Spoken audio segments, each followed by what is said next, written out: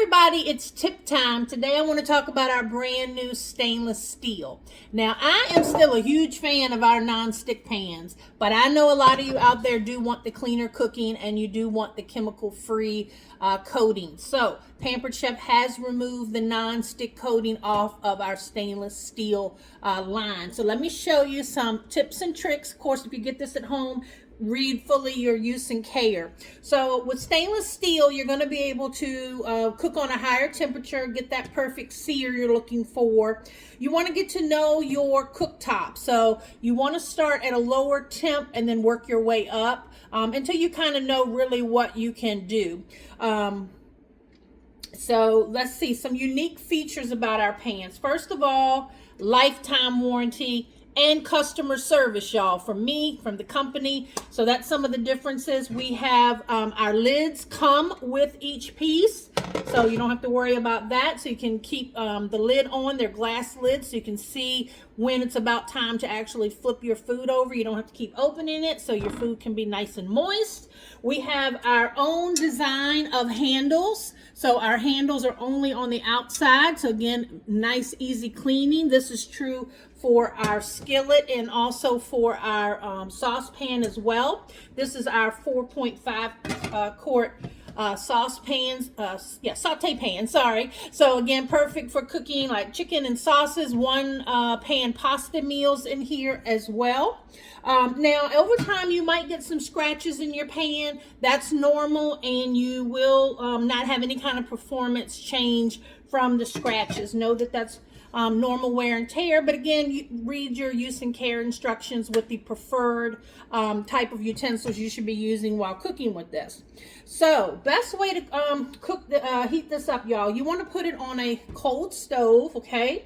And you want to put your oil in first, okay? So you'll put your oil in first. You want to use a little more oil than what you normally would use, and you want to make sure you use a high smoke oil. So avocado oil is good for that.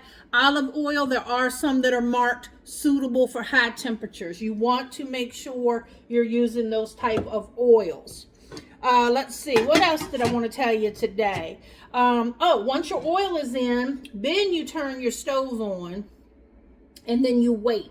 You want to watch your pan until you see the oil kind of ripple. Once it's rippling, that's the time to actually then put your meat in, okay? And once it's in, you don't want to be flipping it. You want to let it sit because the stainless steel is going to naturally hold on to the meat to give it that nice sear, and it's going to release itself when it's time to flip over. So if you're taking your tongue and it's still kind of, you can tell it doesn't want to flip, it's not ready. Leave it. Flip it over when it releases itself, okay?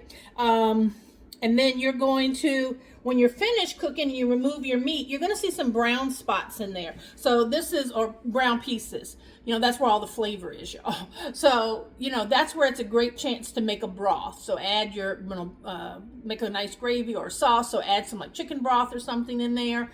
And you can do that right in the pan also. Now, if you're not going to make a sauce and you're just making your meat, okay, then you got your little brown bits in there. Go ahead, before you eat supper, take a second and put about a half a cup of water in there. Bring it back up to temperature and, let that then sit while you're eating. So then after dinner, it's going to be a lot easier to clean up. Because remember, we don't have the non-stick here anymore. All right, so temperature-wise, the lid is good up to 400 degrees. The pan on top of the stove is 500 or 550, and then the in the broiler, or you can actually take this out on the grill, okay, the bottom piece, not the lid, put it on your grill outside. It can take up to 600 degrees under the broiler or on a grill. And the best thing to do is cook it on your stovetop and then finish your meat without the lid on it under the broiler, just to get that final nice crisp on your meat. Cleaning. Okay, so we talked about one tip about putting the water in there if you're not going to make the gravy. The other thing is, and I have found this works great, barkeeper's friend. You're going to want that. Read the instructions. Super easy. Within a minute, your pan is back to shining normal again.